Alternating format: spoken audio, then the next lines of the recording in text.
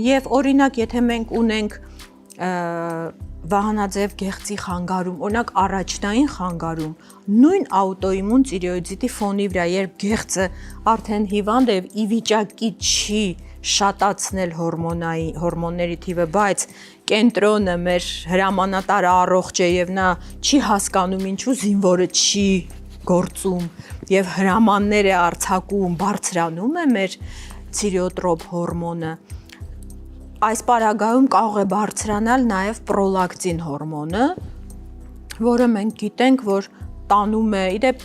միայն տիրոտրոպ հորմոնը եւս, բայց շատ հաճախ նրանք երկուսով են բարձրանում օրգանիզմում եւ միանգամից տղամարդու մոտ առաջանում է էրեկտիլ դիսֆունկցիա, կարող են կրծքերը մեծանալ տղամարդու մոտ, լիբիդոյի անկում կարող է լինել, բացարձակ սեռական անզգայություն, ցանկության անկում կամ որոշ այլ դիսֆունկցիա սեռական կյանքում, հա։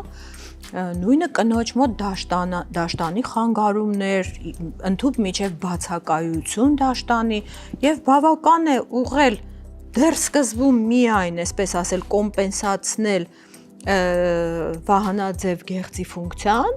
որը կբերի տիրոտրոպ հորմոնի իջեցման դեռ առանց պրոլակտինի կարգավորման։ Բավական է կարգավորել տիրոտրոպ հորմոնը փոխարինիչ թերապիայի շնորհիվ եւ մենք տեսնում ենք, որ կարող է նույն պրոլակտինը իջնել, այո, կարգավորվել թե էրեկտիլ դիսֆունկցիան, թե դաշտանը կարող է վերականգնվել առողջ եւ մենք կարող ենք ունենալ լրիվ առողջացում, այսպես նորմալացում։